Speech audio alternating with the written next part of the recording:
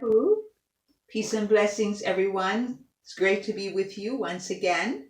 Shekhem-t und Medunat here, once again, seeking to share with you, have a conversation with you, a talk, whatever you want to call it, regarding behaviors that we can work on, that we can change in order for us to have more harmonious, peaceful, loving, caring relationships within ourselves, of course, because we have to start with self, and with our nuclear family, our husband, wife, children, extended family members, and the larger community.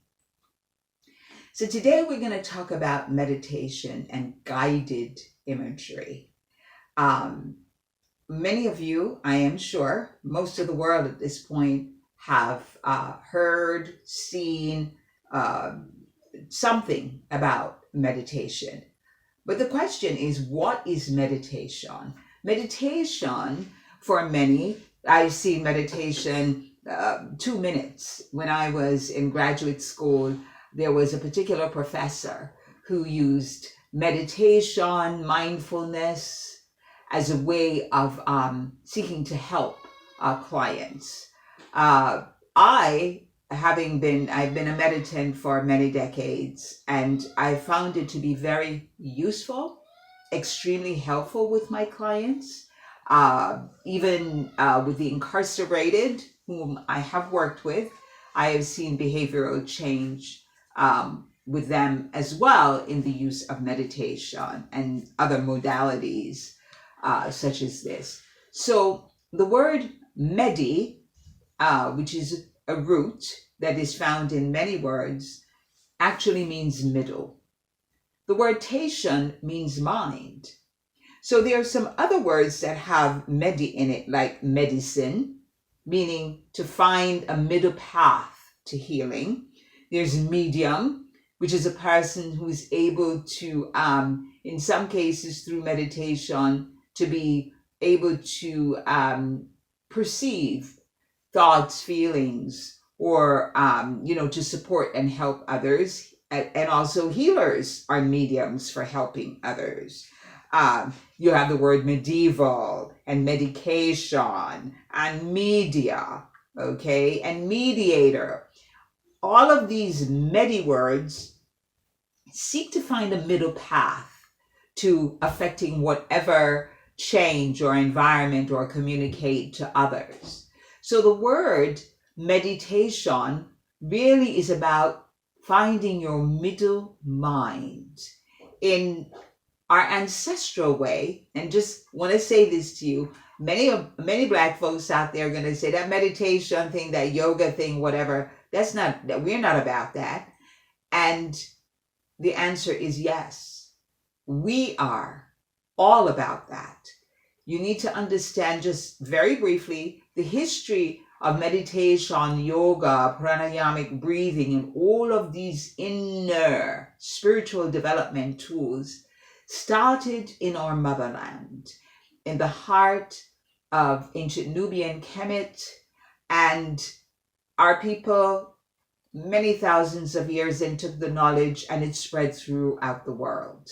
So Mohenjo-daro and Harappa in Indus Kush was an outpost or an enclave of Kush, which was in Nubia, and the knowledge was kept and maintained, and now we have it once again. It's still available. You can look at the hieroglyphics and you can see everywhere yoga poses, you see meditants, all kinds of things.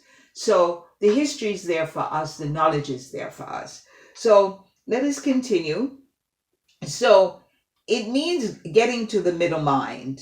So meditation is about finding your middle mind, which will help you come to that place of peace or balance. Okay, balance is a Maatian concept from ancient Kemet, which says that if your life is balanced, and this is balance, you think of a scale, right? When the scale is balanced, then everything is right.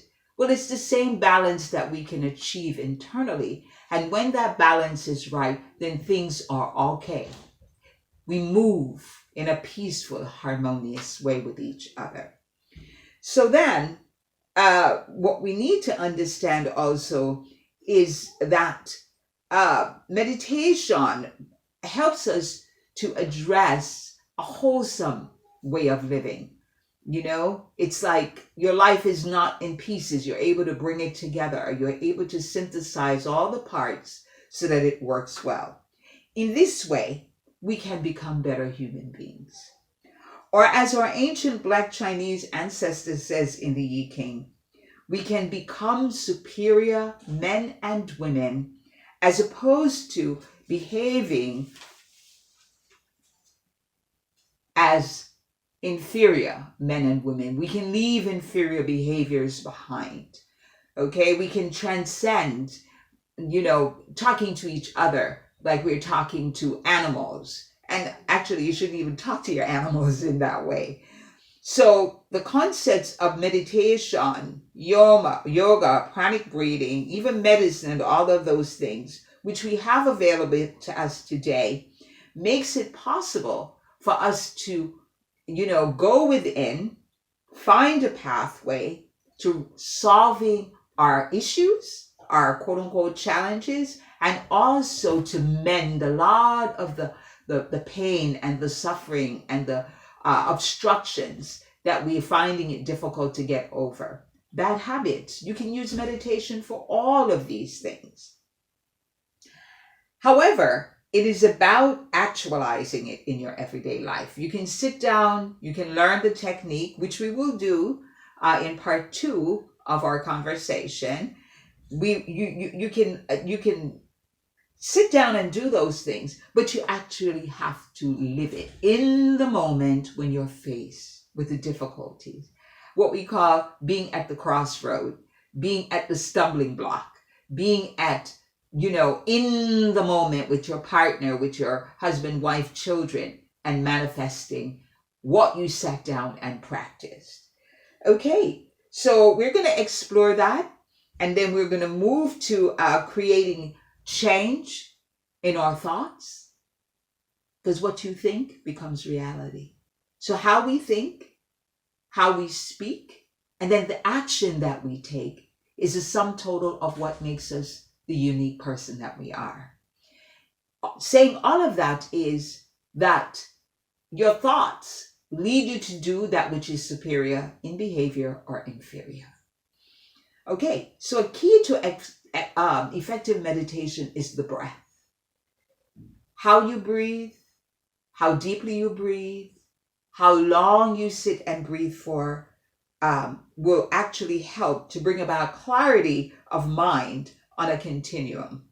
Through daily practice, you just not only practice when you're sitting down, but when you get up and you're walking around, you then find yourself getting into this deep, because we're going to learn how to breathe from down here in the diaphragm, and then you're able to execute your new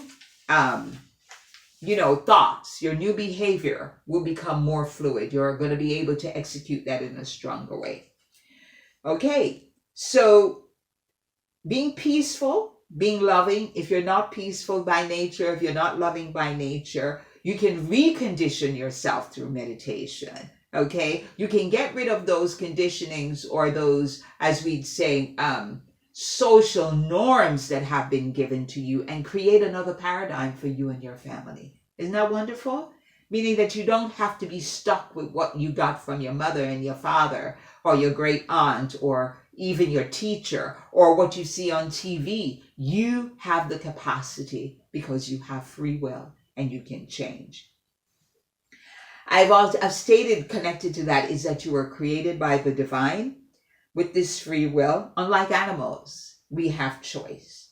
That choice allows us to make our own decisions and to do as we like. But I will also add that we should choose wisely.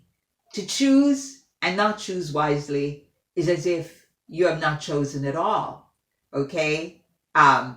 It's not make a choice regardless of the consequences. No, make a wise choice so that you can reap the benefits of those wise choices. In this way, you're going to minimize catastrophes, fallout.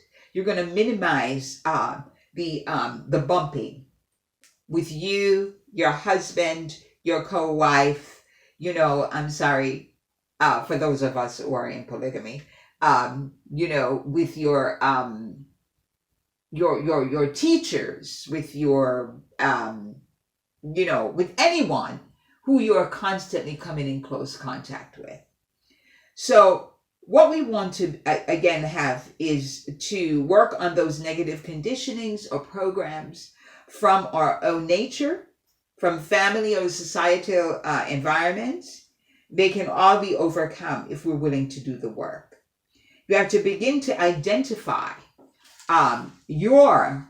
for yourself what those things are that you want to change, and make a sincere commitment that you're going to do work on this. At least 5 to 6 times a week, you're going to sit down and you're going to work on that. First thing you need to do, and then we will, as I say in the next session, we'll show you what it is that you have to do.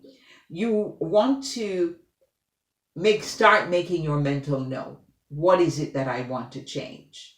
And then what you want to be able to do is you want to ask yourself, are you ready for the change?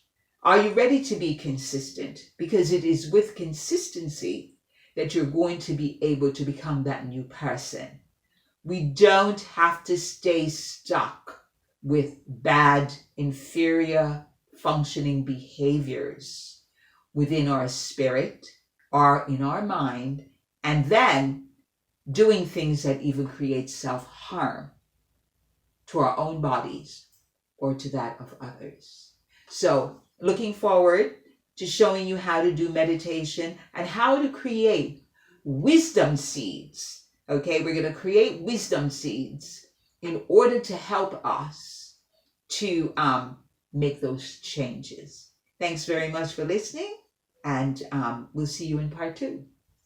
Blessings.